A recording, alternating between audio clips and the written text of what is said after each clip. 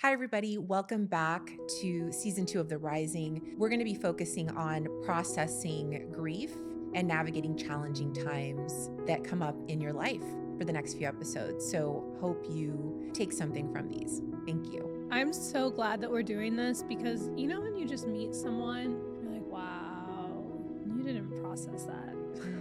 You need to process that, whether you're like on a first date or you're, meeting someone at the grocery store or whatever, and they make a comment about something and you're like, oop, don't know where that came from. I'm trying to make this lighthearted, even though it's a heavy subject, but there's just things that we have to process. We don't want to. It can be hard, it can be ugly, but life is better when you know what you need to heal from. And so I'm so glad that we're going to be using your principles to go through this, because outside of the LA fire, outside of 9/11 as a child, I've had a great uncle that I really loved pass away, but I really haven't experienced grief in a way that I know a lot of people have. And so I'm really thankful that I'm getting these tools now, so that when I experience one of those moments, I'm prepared as much as I can be. I know everything's different for everyone, but take us away. How do we get through this? And why is it important, Right. and all the things? Well, the first principle in the RISE is reflection. So I always think it's a good place to start when you're processing grief. You actually have to be able to reflect on what is happening and lean into that. I think we're so quick to distract ourselves because we don't want to sit with the pain of discomfort, right? We are wired in society to not feel pain. So we immediately want to hit the pleasure center part of our brain and get back to happy. And that's just not how grief works. And so you have to be able to sit with it, be still, and allow whatever's supposed to come through to rise to the surface. So you have to be able to feel it. That's the only way that you're going to get through to the other side. So we have to be able to sit with the thick of it, be angry, be sad, be hurt, and try to process those emotions. So whether it be journaling, whether it be, listening to a playlist that just, helps you process it, whether it be calling a friend and venting, you have to be able to process it. So that is the first step. You cannot completely run away from what is happening. It means you getting uncomfortable and feeling pain. And again, we're not programmed in society to feel pain. The first instinct is to run away from it. You have to get grounded in yourself.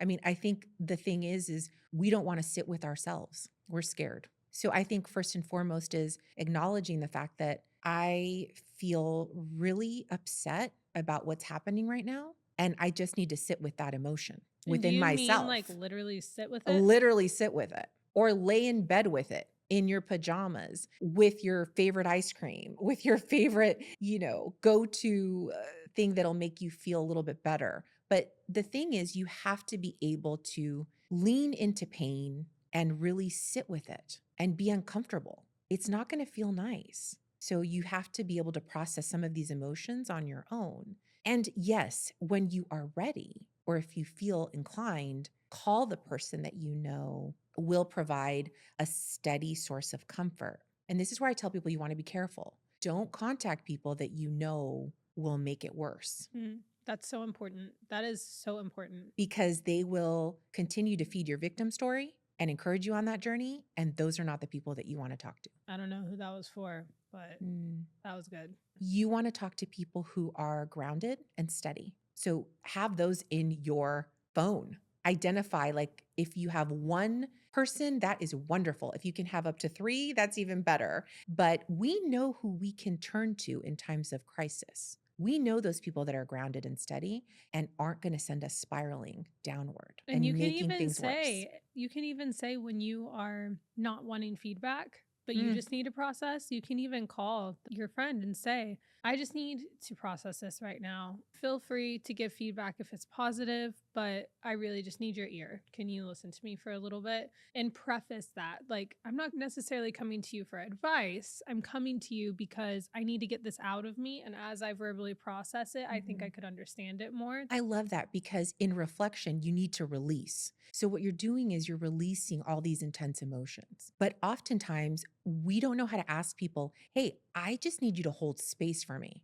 I don't need judgment right now. I don't need advice. I need you just to hold space. And that's a great way to approach somebody on this because oftentimes we need the therapeutic release of getting all the ugly emotions out. Because initially, when you're going through a crisis, there's a lot of heavy emotions that just need to come out and be released. So you need to get those out in a safe place and hopefully with a friend who can just hold space for you. I think that oftentimes when feelings start to rise, we want to push them down and we can't. We have to let them rise to the surface and we have to face them dead on. And it is not a comfortable process, but we have to get cozy with that. We have to get cozy with being uncomfortable and allow these feelings to rise because if you don't, it just gets suppressed in the body and it will just manifest in other ways. I think when we're going through crisis or just a challenging time, we want to push everything away or ignore what's coming up and try to be strong for everybody else. But really, we're not doing anyone a special service by doing that. We really have to take care of ourselves and feel what's coming up and find a way to deal with that. And then we can be there for others. Can't pour from an empty cup. Can't. I think that a lot of us can't sit with restlessness. So at the first sign of restlessness, we turn to our phone. We turn to Netflix. We turn to the TV. We turn to our favorite drug of choice. And we can't sit with the fact that we're feeling uncomfortable and that we don't know what to do with it. But there is so much that can be learned in restlessness and allowing yourself to feel into these difficult emotions and processing them a different way, whether it be, as I mentioned, just sitting quietly and letting yourself feel the emotions, meditating, journaling, venting, all these things help in this release. It looks very different when you're in crisis. For me, I go into stream of consciousness. I don't give myself parameters on what I'm going to write about that day. I allow myself to write down everything that's coming in through my mind at that moment.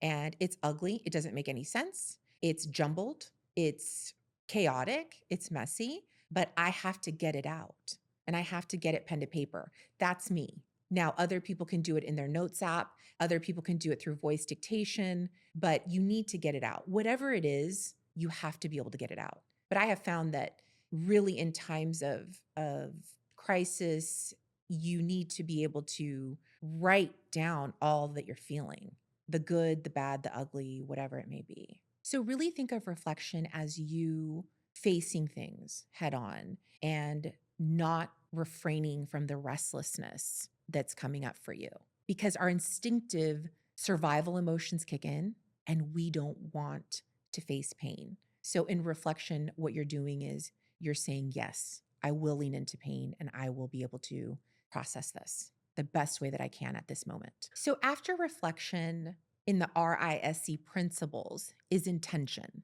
Now, again, you don't have to follow this immediately after reflection. Intention is something you can use as a single tool in your healing. So, intention, when it comes to grieving, what you want to tell yourself is, I intend to make my healing a priority. That could be an example. Or I intend to focus on myself during this time and not on others. So you have to make it your intention on how you're going to navigate this journey. And I think when you verbalize that or write it down, it will become more clear in terms of how you are going to handle this moving forward. And you cannot at this moment prioritize everything around you and other people if your intention is to focus on your healing. So it will be you basically taking care of yourself. And that is critical in healing. What are ways to take care of yourself?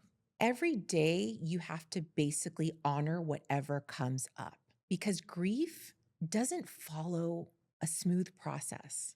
Every day looks different. And I love what Tyler Perry said at one moment. He said, grief shows up at random. You can't schedule it. And that has sat with me so much in moments of grief because you have to allow for what comes up to come up. And you have to be okay with honoring how you're feeling at that moment. And if at that moment I'm about to walk into a birthday party and I'm crying in the car, I have to honor myself and go, maybe I can't go to the party right now because I'm sitting with my tears in the car and maybe I need to go home and take care of what I need to take care of. But I think oftentimes we're running on autopilot. Mm-hmm. So we think if I just keep up this pace, I don't have to deal with the emotions. I'm guilty of that. I do that. What's the repercussions of that? It will take a toll on your body and you'll have breaking points and you'll be like, where did that come from? Because you'll be acting out because you haven't been processing what you need to process when it comes up. Again, it keeps getting buried, and pushed. So what happens? It's going to erupt, right? It's bound to. There's enough pressure there. It's just going to escalate and it's not going to be pretty. So if you can find a way to process pain in these small micro moments, it helps because it's like a gradual release of these difficult emotions, but you're getting them out little by little so that you're not having this explosive reaction one day and then taking it out on someone that you don't want to take it out on because that's what tends to happen, right? So I think that if we can make it our intention to put the focus on ourselves and our healing, that is critical to get through to the other side. So I think when you set your intention on your own healing journey, it will then help others. So again, we talk about putting your oxygen mask on first, then being able to help others. That's the key. So really think about that in your journey. And it's not selfish. It's an act of self-love. Thank you for joining me on this episode. I hope that it was helpful in navigating some difficult times in your life and that you are on the path to your own healing journey if you're going through it right now. See you next time.